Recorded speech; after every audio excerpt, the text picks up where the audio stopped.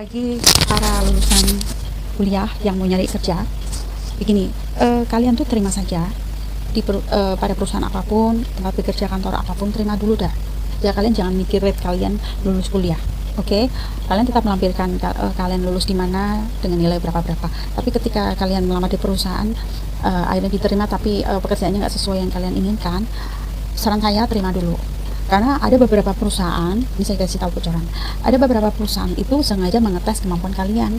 Karena secara umum, standar internasional maupun nasional, ketika kalian sebagai beginner atau pemula di perusahaan baru atau kantor yang baru, biasanya itu dianggap nol, tetap dianggap sebagai balita. Walau kalian lulusan S3, S2, seperti itu, atau lulusan luar negeri, tetap dianggap nol. Karena apapun itu, bagi mereka baru, kalian belum tahu perusahaan itu gimana-gimananya, ya. Beda kalau kalian tuh sebelum bekerja di perusahaan itu kalian sudah terlibat proyek besar dan perusahaan itu juga udah tahu sepak terjang kamu, bagaimana eksistensi kamu, itu beda sekali. Tapi anggap aja yang saya bilang ini secara umum ya, kalian baru lulus kuliah harus mencari kerja. Saran saya terima dulu, tunjukin usaha keseriusan kalian di dalam bekerja di perusahaan tersebut. Di situ sebagai beginner emang berat karena nilai yang dicari di situ adalah kepercayaan antara perusahaan dan kalian, atau sebaliknya. Makanya tunjukin dulu tuh ini sifatnya inner beauty, behavior, attitude, itu lebih bermanfaat, lebih mengundang sensasi perusahaan untuk memajukan level kalian, arti kan? Dan ketika kalian menaik level dari seorang pemula menjadi level berikut, peran kalian mulai diperhitungkan, maksudnya ilmu dari kuliah kalian mulai diperhitungkan. Di situ kalian sudah pakai momen itu untuk menunjukkan show off kemampuan kalian ketika kuliah. Jadi ilmu-ilmu kuliah kalian keluarkan. Biasanya orang kuliah sama orang nggak kuliah beda. Bedanya di sini, kalau orang nggak kuliah SMA atau di bawahnya itu banyak main fisik, dia untuk berpikir tuh cepat lelah dan kurang ide, kurang wawasannya kurang luas lah.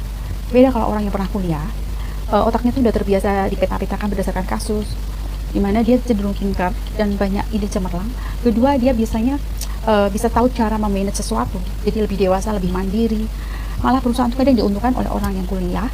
Nah, dia menyumbangkan ide-ide bagaimana meminimalisir kasus, meminimalisir costing, belum lagi gimana mengatasi problem-problem harian, SDM atau property, facility, dan yang lain-lain. Karena di ilmu perkuliahan itu diajarkan kita organize, kita praktis dalam menjalani hidup itu lebih efektif gimana, hematnya gimana, efek, terus tingkat eksistensi kita, kepercayaan, beneficial antara personal, interpersonal, belum lagi bagaimana cara menciptakan produk itu lebih berkualitas atau lebih bisa worth it di mata konsumen atau sebaliknya. Jadi kemampuan itu hanya dimiliki oleh orang-orang yang pernah kuliah. Kalau bukan berarti orang-orang lulusan SD, SMP, SMA itu nggak bisa apa-apa, enggak. Mereka juga bisa, tapi itu tanda kutip. Jadi mereka orang-orang terpilih yang memang serius, kerja kerasnya tinggi, seperti sering baca, sering tertarik dengan knowledge apapun itu tanpa batas. Tapi kita kan ini lagi bicara masalah orang yang kuliah, lulus kuliah susah nyari kerja. Saran saya tuh yaitu ketika kalian ngelamar, jangan pakai ego kalian, tapi pakailah inner beauty kalian dulu, personality kalian. Belum saatnya kalian bisa show off ilmu kuliah kalian.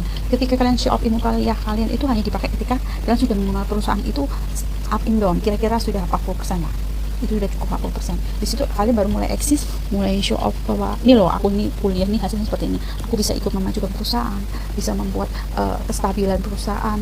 Seperti itu. Jadi perusahaan mulai diuntungkan menerima karyawan yang dari kuliahan itu ketika sudah ada kontak interpersonal antara pegawai baru dari kuliah itu dengan perusahaan di tengah perjalanannya. Setelah melewati masa probation 3 bulan itu ya, kurang lebih 1 tahun lah. Setidaknya seperti itu. Karena perusahaan itu tuh menganggap nol untuk siapapun itu bila dia pendatang baru. Mau dia lulus kuliah S3 dari luar negeri apapun itulah, itu baginya dianggap nol. Kalau kalian lagi bingung, ngomongin kata-kata saya, anggap aja perusahaan atau kantor yang kalian lamar itu sebuah rumah orang lain. Ketika kita ketuk pintu, orang itu nggak tahu kita, ya pasti wajar lah, dia pasti akan meraba-raba kita siapa. Dia nggak akan percaya serta-merta percaya dengan dokumen yang kalian bawa.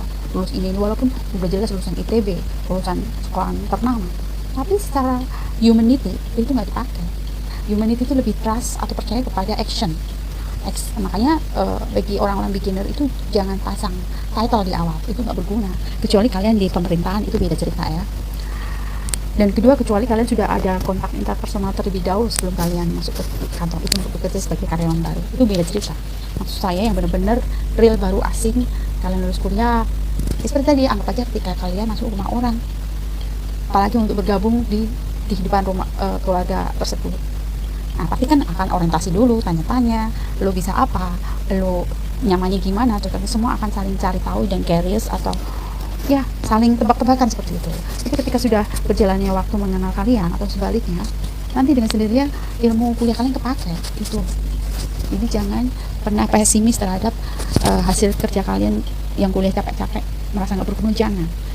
Malah bagi saya tuh kuliah tuh penting, banyak pentingnya, apalagi ketika kalian menjalani rumah tangga, ketemu masalah konflik, yang masalah ini itu outdoor, masalah tetangga, masalah kantor suami atau kantor istri, atau perekonomian up and down, bisnis, entrepreneur atau sejenis marketing dan lain-lain, itu membantu banget karena ilmu perkuliahan itu benar-benar mencetak manusia yang bisa stabil, artinya dia bisa memahami kehidupan lebih wisely, lebih widely, lebih luas, knowledgeable dan informatif, update seperti itu.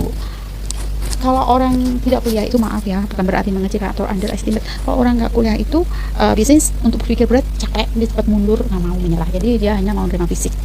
Tapi kalau orang yang benar-benar kuliah serius, dia tuh udah jadi habit. Seperti Tinker itu habit, jadi dia mau bilang kamu aja, it's okay, I go on, I move on, I keep going, seperti itu. Malah jadi challenge ya. Ketika orang kuliah dikasih masalah, dia tuh malah jadi challenge dia penasaran, gue ini harus tahu cara metodenya, strateginya, trik-triknya, bagaimana cara tepatnya, efektif, efisien, yang lebih bermanfaat, lebih worth it, lebih siap diterima. Itu semua kerjaan orang kuliah loh, bukan orang yang nggak kuliah. Orang nggak kuliah kecuali orang tertentu ya, nah memang terdesain dengan sendirinya dia karisnya sangat tinggi. Nah itu aja saran dari saya, bagi kalian yang udah kuliah jangan berkecil hati, semua ada saatnya ilmu itu kepake. Oke? Nanti kita bahas dengan topik berikutnya bersama Ayu Prabab itu. Nanti saya juga akan membahas tentang bagaimana perusahaan seharusnya menerima karyawan mahasiswa baru.